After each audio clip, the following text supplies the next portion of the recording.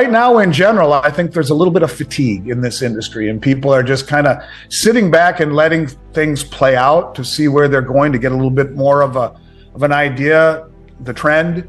I think that can be dangerous if you're looking to position, to accumulate. It's difficult to make an investment in something like silver and gold right now when, if you're not really up to speed on the way that the market moves and the volatility and the counterintuitive action, and people are a little confused right now. But I do honestly believe that we will see that exact same thing as it relates to the metals market. The fundamentals have never, ever, ever, ever been better. And you can sense the desperation. Now, I haven't seen or read what was the trigger to see the price of silver get dropped. Last week, when the price of silver got clobbered out of nowhere, we saw 25,890,000 ounces dumped onto the market in 15 minutes. That's 5,178 COMEX contracts dumped onto the market in a period of 15 minutes to drive the price down. That reeks of desperation.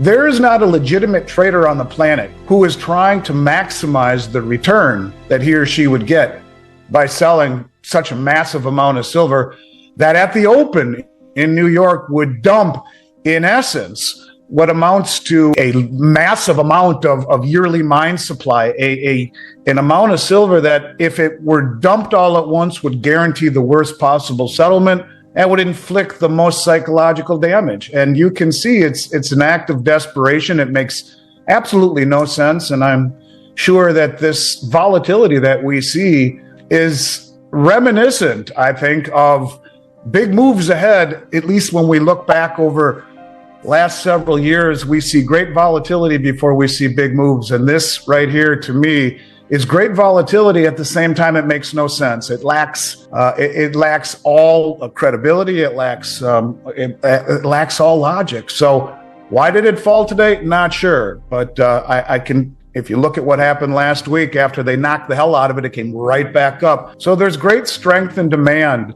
in the $23, $24 range. But as it continues to get above 25 and higher, it's meeting a lot of resistance that I think ultimately moves in the other direction when we look at the amount of withdrawals that we're seeing coming off the exchange. And when you talk about all the withdrawals coming off the exchange, to me, this year so far, we've seen about 13,000 silver contracts standing for delivery, over 2,000 tons standing for delivery. And, I think when you talk about, that's just COMEX, let alone the LBMA or the ETFs, the price is a tool of misdirection. The biggest money in the world is using this atmosphere, this rhetoric, this price volatility and counterintuitive price action really to allow them to corner the physical supply. And I think that's something that's very, very important for people to understand. Not just silver. We've seen over 240 tons of gold delivered off of COMEX since January 1st.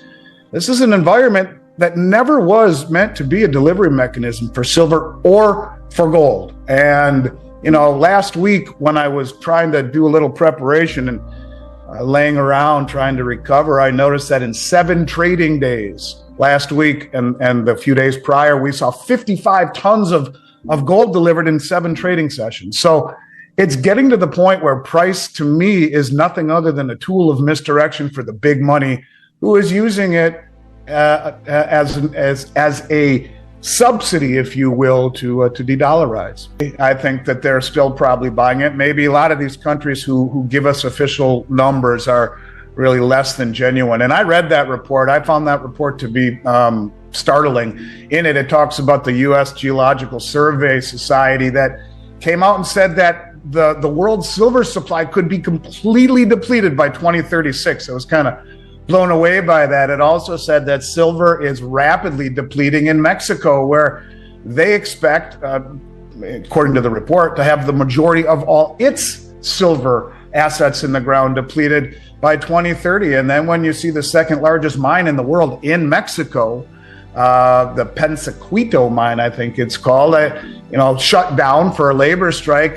You see Peru has 7% down in between January and April. Their production has been 7% down. These are the 2 biggest silver producing countries in the world. And so you see a falling supply, an increase in demand. You see massive deliveries. Put all this together, the price is bullshit. The price doesn't mean anything. The price is being used to allow an agenda to be administered. And the agenda is from the top down, the big money. And it's very difficult for an analyst like yourself or an amateur analyst like myself to try and make heads or tails of why things aren't behaving the way that we would intuitively expect them to behave. And, all I can simply say is that the drawdown of supply from the most sophisticated, biggest money in the world betrays everything else that we're seeing in terms of price action. And I think people need to take a step back and realize that if this were such an asset that was really indicative of its falling price, then why is it disappearing the way that it is? Why are we seeing stockpiles across the globe completely and totally disappear? And I think that's where people need to really focus on, because misdirection is the name of the game. And in a game that is as vital and important as something like silver, which is, look, it's as much a strategic metal as it is an industrial metal, and just in its military uses alone. But in an asset where a branch of the government tells us that it will be gone by 2036 completely, by their estimations, I think, certainly doing what they can to secure this country's national interests, or every country's national interests, would come far ahead of just about anything else. And if you are going to do that, you are going to use every trick in the book in order to be able to accumulate as much as you can, securing, I guess, the future of whatever industrial applications silver is needed for as far as the government is concerned. I think this is a lot bigger than just traders controlling the paper price. I think there is a directive from above.